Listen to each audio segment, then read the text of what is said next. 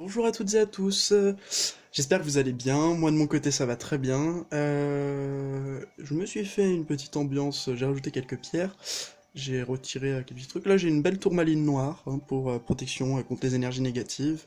Toujours bien quand on fait un peu de voyance ou des travaux spirituels. Là c'est du quartz et de la citrine qui est en brut. Très jolie pierre de la part d'une amie que j'embrasse très fort.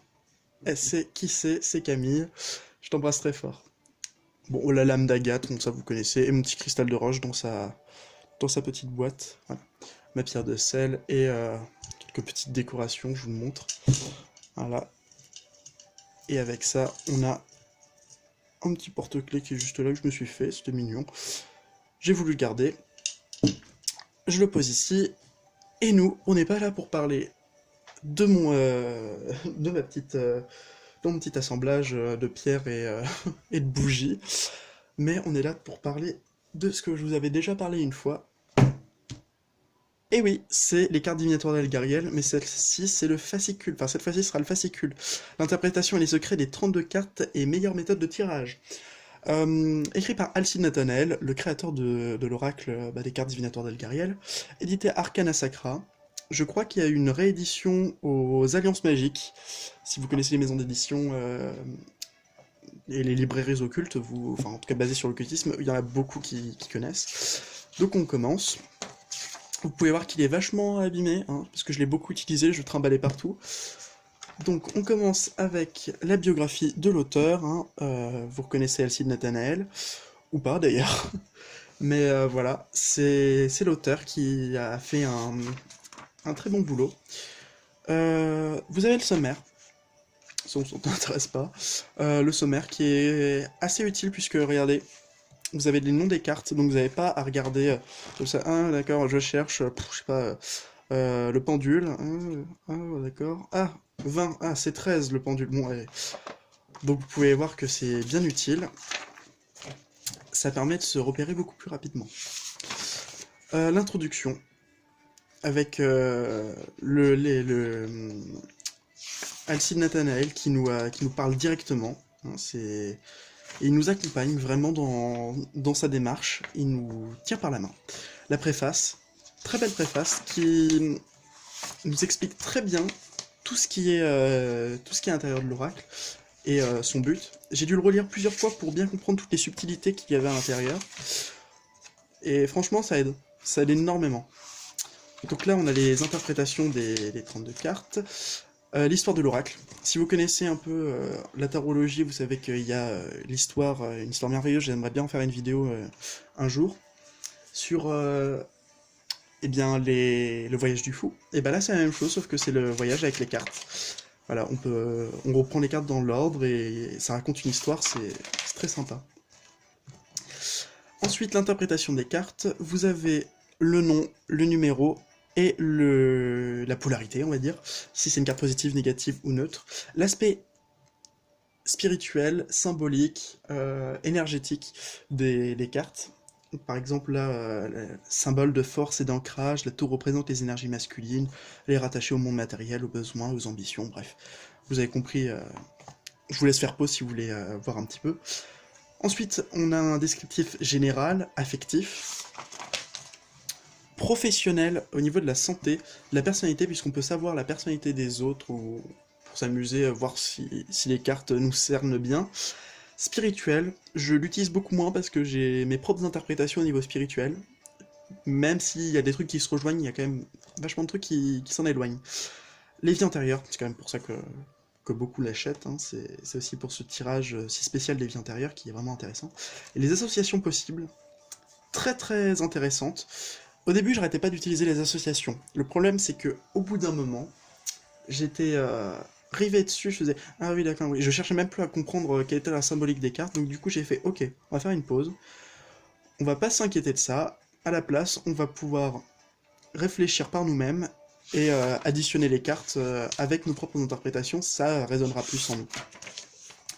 Voilà, donc vous pouvez voir hein, le passeur, toutes les cartes. On passe directement à la suite. Voilà. Ensuite, les secrets, les anecdotes sur les cartes, franchement très intéressantes. On peut voir les cartes d'une manière différente avec ça.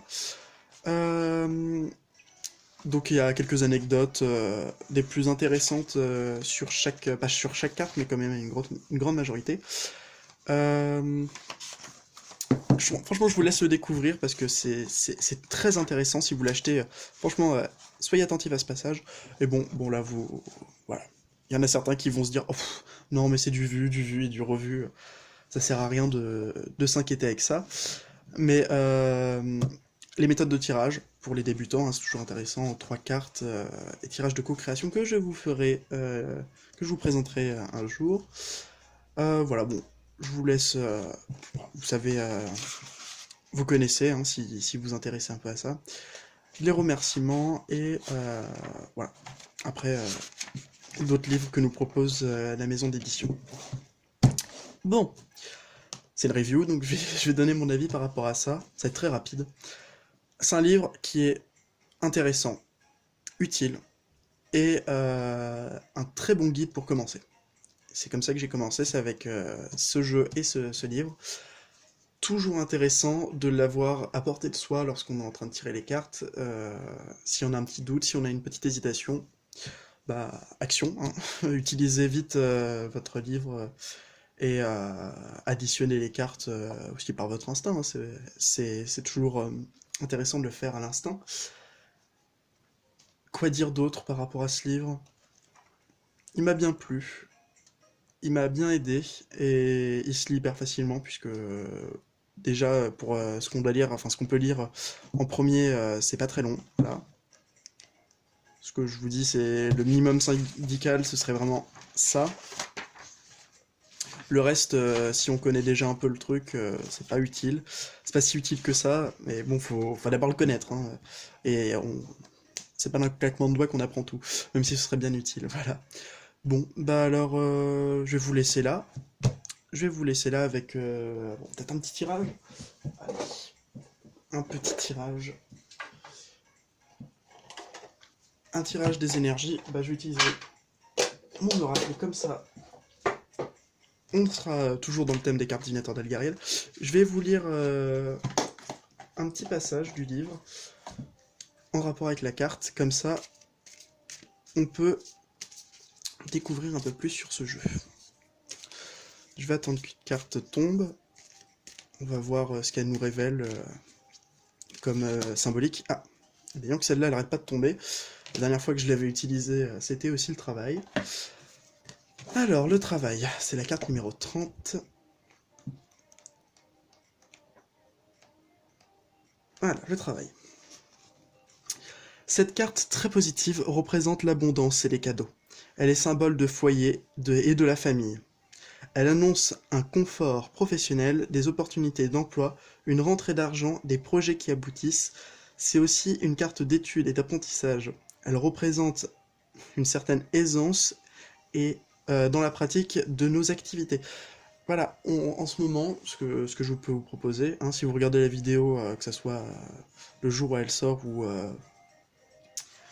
je ne sais pas quand, bref, bah, prenez ça en compte. Pensez à, si vous avez des opportunités, saisissez-les.